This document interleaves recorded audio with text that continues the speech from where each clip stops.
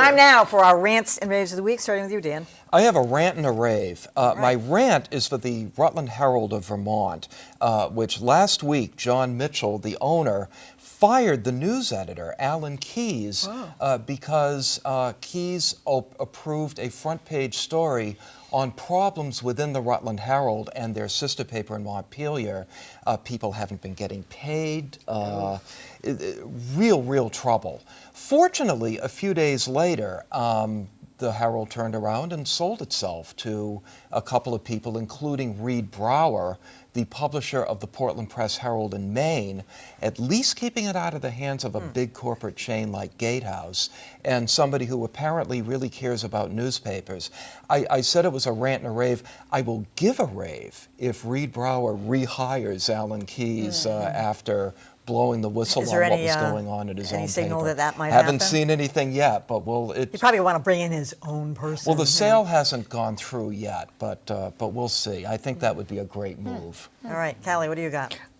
This is very interesting. You know, I get so tired of the New York Times with all the resources that it has just doing what I think is huge screw up.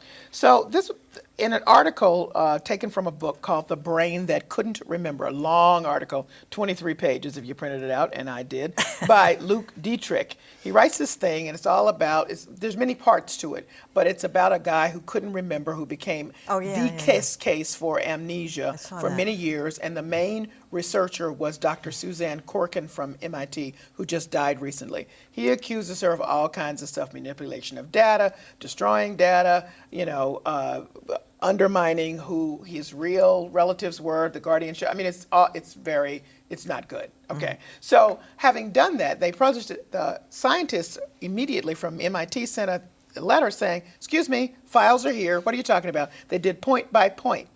So my rant is that how does this get published in the New York Times when so many things are critically wrong? Now you can say these were scientists from MIT. Well, second letter went out. 200 scientists have signed up from everywhere saying this is an abomination, this is wrong, what is going on, what is the Times doing? I don't know where the blame should lie or where the That was about 6 or 7 weeks ago? Yeah, let me see. This is the Times Magazine. Yeah, the magazine. But what the heck? August 9th, not that far. Yeah, not I that remember long. seeing that. This is crazy. Well, I have a feeling we'll see a follow-up on that before too long. All right, Tom. I'll just try to be quick. Those of us who grew up with baseball will remember the classic Lou Gehrig. When Lou Gehrig retired, it was made into a Hollywood movie, and he stood there as he was really starting to die of what became known as Lou Gehrig's disease, and he said, I am the luckiest man on the face of the earth. And now I think we may see this generation's version of that in the documentary called Gleason, which is the story of Steve Gleason, an NFL player, remarkable young man who also came down with ALS, and he decided that he would document the progression of this of the illness, and he began doing a video diary of it. And the video diary became, in working with the documentarian, what is now the documentary of Gleason. It just came out about a week ago. It's a very powerful piece.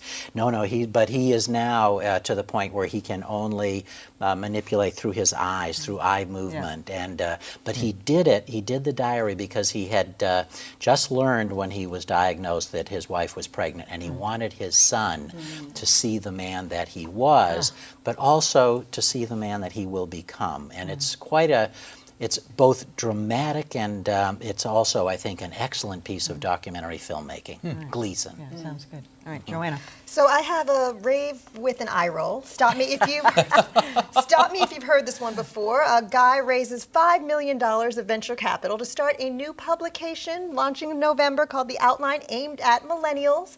The way that this new guy describes it is this is his readership. They live in urban areas. They're really tech savvy. They fund Kickstarter projects. They eat farm-to-table food.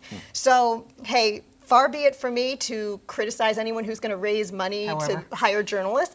I just wish him luck in a landscape that's already got Mike, Vox, Ozzy, BuzzFeed, Vice, Fusion, Vocator, probably several others that I haven't thought of. May they all find readers hipper than me. Good luck. Yes. There are no readers hipper than you, Joe. Yeah. Skim. All right, Rich. I have a rave tonight also, and I know Dan's going to want to jab me a little bit over this, but it's for Ariana Huffington, who 10 years ago started the Huffington Post, and she really put online journalism on the map. She honestly did. She's had a lot of incarnations before that. I met Ariana Huffington when we were doing a race to the trademark office over the title Beat the Press. I beat her. Just leave it at that. It's a longer story than that, but she made me pee soup at her house once. And I know, Dan, she doesn't pay for all her journalists. That doesn't bother been, me. That doesn't me. bother me. Go ahead. And I know John Melvin's bothered John Carroll too, but I mean, a lot of people wanted to work for that site because, oh, and I forgot to say why I'm raving. She's stepping down. She's going to start another website, which is like a global health initiative. Talk about good luck. How many of those are there out there? And who wants them anyway, right, Dan? We're not going to read that. Global. What bothers me is the Huffington Post over-aggregates in a way that there's no incentive to click through to the original source of reporting. That's what bothers me about the Huffington Well, Post. you only care pay us, because it you don't bothers get me. all the way through to yours. But Yeah, darn it.